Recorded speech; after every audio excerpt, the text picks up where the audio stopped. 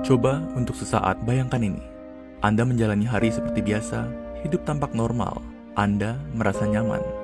Namun, seketika, ruangan di sekitar Anda mulai menggelap. Anda mulai mendengar suara-suara asing, dan dunia sekitar tidak terlihat normal lagi.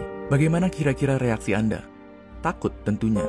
Nah, sekarang bayangkan hal yang sama terjadi setiap hari sepanjang hidupmu. Itulah realita bagi sebagian orang yang menderita skizofrenia. Apa sebenarnya penyakit ini? Apa yang menyebabkannya? Dan adakah cara untuk menyembuhkannya? Untuk menjawab semua pertanyaan tersebut, mari kita simak dalam video ini. Assalamualaikum warahmatullahi wabarakatuh. Selamat datang di podcast kita.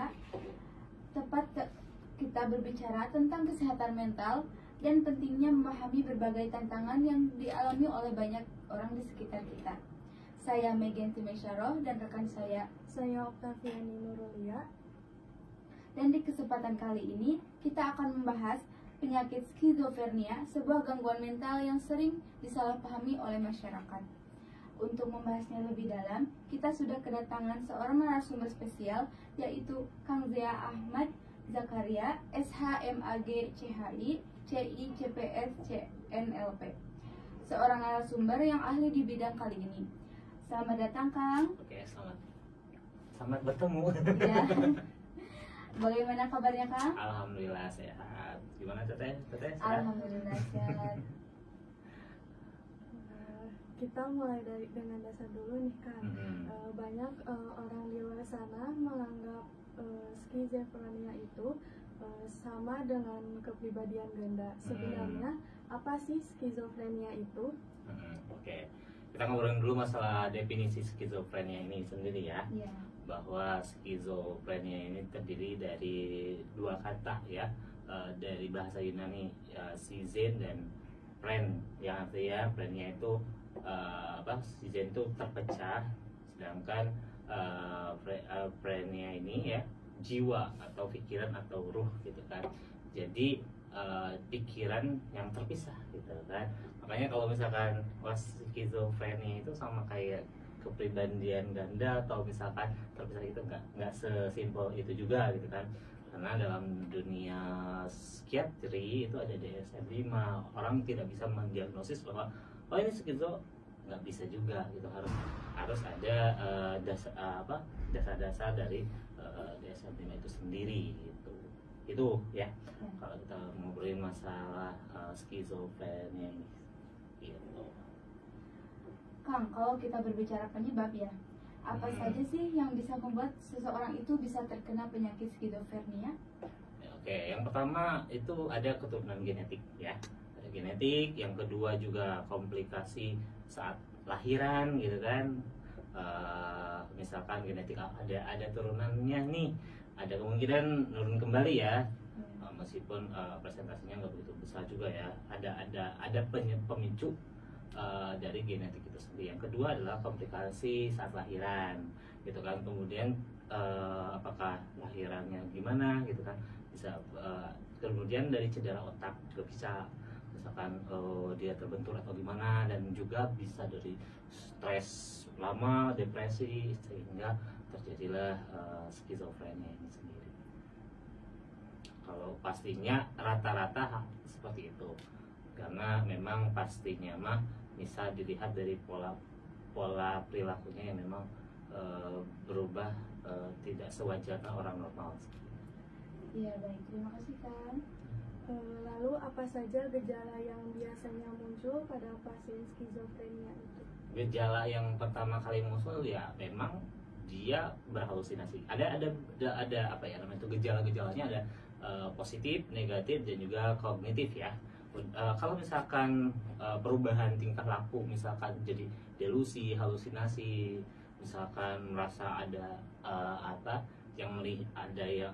ada seseorang di dalam dirinya, kemudian ada bisikan-bisikan kayak gitu, itu gejala positifnya. Kemudian gejala negatifnya biasa merasa hopeless gitu, atau misalkan merasa tidak mau bergerak sama sekali gitu kan, dia murung di kamar gitu kan, dia aja nggak mendesu lah gitu kan.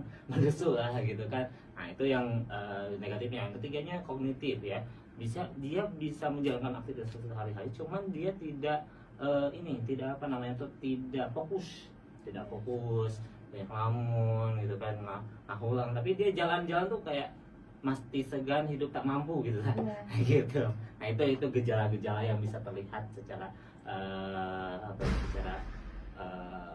secara awam lah gitu. Meskipun sebenarnya memang harus ada kita lebih asesmen lebih dalam lagi ya, dianalisis lebih dalam lagi seperti itu. Apakah semua gejala itu bisa muncul secara tiba-tiba atau bisa juga secara bertahap? Kalau klien yang saya dapatkan itu bertahap. Ya awalnya misalkan dari depresi, terlalu lama depresi sehingga terbentuklah itu, misalkan jadi tidak ujug-ujug langsung, misalkan tiba-tiba wah aku marah-marah dan lain-lain, pasti ada pemicunya dulu, ada triggernya. Misalkan dia ada riwayat misalkan turunan, atau misalkan yang memang membuat dia itu menjadi seperti itu, ya akhirnya ke tahapan yang tadi, gejala-gejala yang tadi muncul.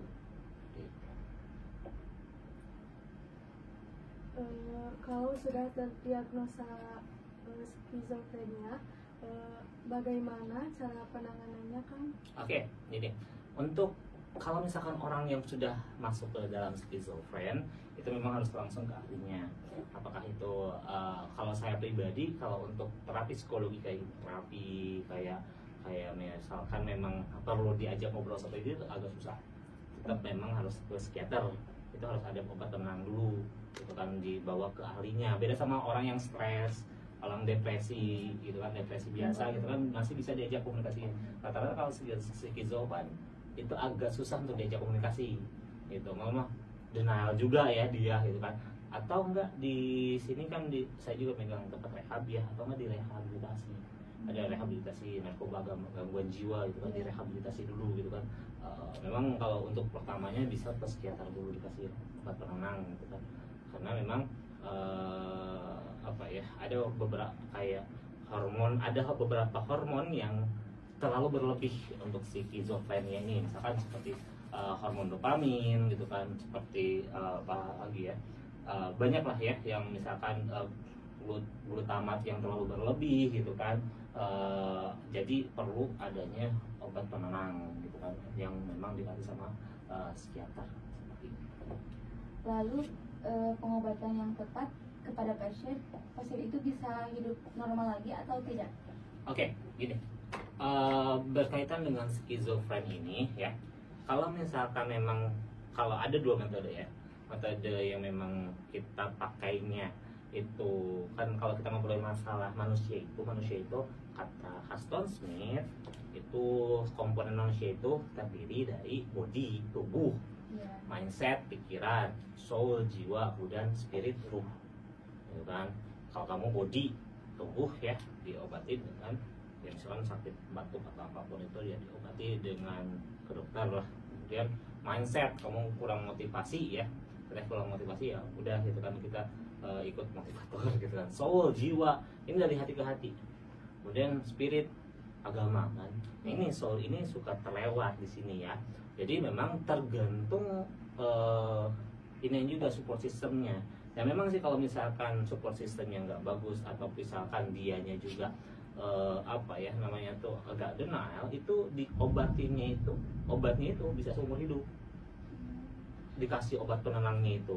Nah, tapi kalau misalkan support systemnya bagus, ada memang metode-metode kayak psikoterapi yang lainnya, kayak terapi sofistik yang mengklaim bahwa skizo bisa tidak sama sekali untuk halusinasi gitu kan. Jadi kalau halusinasinya itu dikasih obat penenang, kalau misalkan lewat kalau psikiater ya, kalau terapi sofistik itu ada melalui terapi-terapi kayak zikir gitu kan, kemudian dialihkan gitu kan dengan pola kebiasaan yang harus dia lakukan selama tempat rehab. Misalkan kan ada beberapa tempat rehab tuh mewajibkan 90 hari untuk direhab di sana, misalkan supaya dia tidak ketergantungan obat. Misalkan dia larinya ke zikir, kemudian bagaimana si neuron itu melakukan hal-hal yang lebih positif, atau misalkan dengan afirmasi suggestion yang terus menerus dilakukan berturut-turut, sehingga si pikirannya itu teralihkan gitu kan, seperti itu. Ini ya, sekarang itu banyak tuh yang misalnya tuh lagi berobat, terus tapi dia tuh tidak bercerita kepada keluarga atau teman bahwa dia tuh lagi terkena ini penyakit skizofrenia. Kan banyak tuh yang malah menambah bebannya itu, bebannya itu bagaimana? Jadi gini, kalau kita ngomongin masalah psikologi kan, psikologi itu kan artinya jiwa, logos itu artinya ilmu tentang jiwa. Jiwa itu sesuatu yang nggak bisa dilihat, diraba. Beda sama fisik, kamu jatuh, ternyata jatuh nih, kalau kelihatan lukanya, patah tulang bisa di ronsen, tapi kalau jiwa nggak bisa, hanya bisa dirasa. Yang ngerasain siapa? Kita. Orang lain ngerasain nggak? Enggak. Ya nggak Mungkin perlu. merasakan, cuma tidak sepenuhnya. Nggak ngerasain. Makanya karena misalkan teteh bilang kayak gini, misalkan ya lagi sakit hati atau lagi jiwanya itu lagi bermasalah, kamu nggak ke teman atau ke pasangan atau ke orang tua bilang kayak gini, kamu nggak ngerasain apa yang aku rasakan. Emang. Maka dalam agama dikatakan jangan terlalu berharap pada manusia. Kalau terlalu berharap, siap-siap orang kecewa. Begitu teh.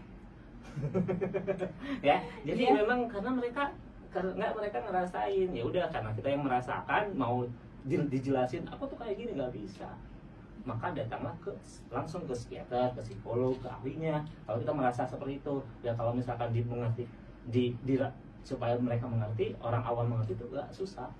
Kita langsung saja kalau misalkan memang support system kita nggak bagus, kita langsung aja ke sana minta bantuan profesional, mandiri, gitu. Dari kan bahasanya kalau misalkan kalau kita cerita, kamu mah lebay dan lagi gini, kan kayak gitu. Malah sih kan kita jadi tambah sakit hati. Langsung aja ke minta pertolongan profesional. Dan seorang psikiater, psikolog, psikoterapis, apakah merasakan apa yang pasien rasakan? Enggak. Kita juga enggak. Kami juga enggak merasakan. Kita hanya berusaha untuk memahami, bukan merasakan. Udah capek kan merasakan teh. Misalkan orang yang kecemasan berlebih, lompat mah, lari mah enggak, tapi berkeringat masa capek gitu kan. Kami juga nggak mau merasakan hal yang sama. Hanya karena kami sekolah di bidang itu, maka kami berusaha untuk memahami, bukan merasakan. Nah, seperti itu. Selanjutnya tentang stigma nih Kang. Apa yang perlu masyarakat ketahui supaya mereka lebih bisa memahami pasien skizofrenia? Oke, stigma masyarakat itu kan orang-orang yang terkena itu, wah ini mana gangguan misalkan dikirimin ada roh halus dan lain-lainnya, ya memang langkah lebih bagusnya memang yang pertama, kalau misalkan ada tadi ya gejala-gejala itu, dan soalnya orang yang mengalami skizo itu tidak sadar dengan bahwa dia itu mengalami hal tersebut kan, tapi lingkungan sekitar yang melihat bahwa kok ini rasa aneh gitu kan, ya segeralah cari profesional. Dan keluarga juga katakanlah harus menjadi support system supaya dia bisa sembuh dari sakitnya ini gitu kan. Pasti ada penyebab-penyebab yang menyebabkan si orang tersebut gitu kan. Kan kebanyakan mah sekarang dipasung ya, di rantai gitu kan, memang takutnya marah, ngamuk-ngamuk dan lain-lainnya kayak gitu kan. Ya itu menjadi penambah parah, atau enggak nanti ke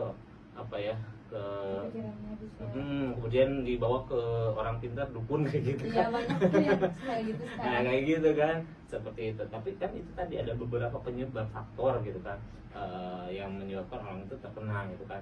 Ya, memang dalam pendidikan kita juga kita sering terlewat itu, soul ini, jiwa ini sering terlewat. Langsung aja kayak body, mindset, udah ke spirit, ke agama, tapi soul enggak. Ya, soul itu jadi ngobrol antara hati ke hati. Kalau dalam Islam sebenarnya dalam Quran surat As-Samsi juga kebanyakannya juga membahas tentang jiwa, malah Rasulullah SAW juga diutus untuk menyempurnakan akhlak ya. Nabi itu terutama kalimat akhlak ya. Akhlak itu kan jiwa juga gitu kan. Tapi kita yang fokusnya tuh sing banyak ilmu aja ya. Orang yang berilmu belum tentu akhlaknya bagus ya. Tapi orang yang berakhlak pasti berilmu seperti itu. Dan ini jarang. Kadang-kadang keluarga kita merasa bahwa aku merasa mencintai kamu, tapi mereka nggak pernah bertanya apakah kamu merasa dicintai.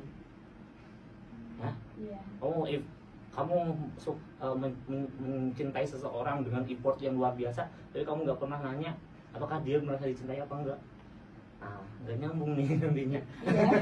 Nah gitu, segitu orang misalkan di lingkungan sekitar mati-matian nyepelin dan lain, tapi aku teh sayang sama kamu, kok kamu jadi kayak gini kan. Tapi dia keluarga itu nggak pernah bertanya seperti hal tersebut, apakah mereka dicintai apa enggak. Sedangkan ini harus ngomong dari, kalau soul ini dari hati ke hati, maka perlulah orang-orang profesional yang mendalami tentang soul, yang mendalami tentang jiwa.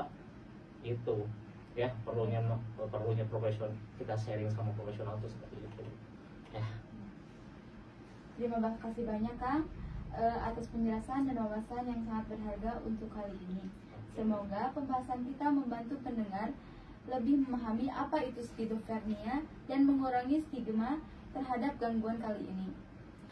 Nah, untuk teman-teman pendengar, kalau kamu atau orang di sekitar kamu membutuhkan bantuan terkait kesehatan mental, jangan ragu untuk mencari pertolongan profesional.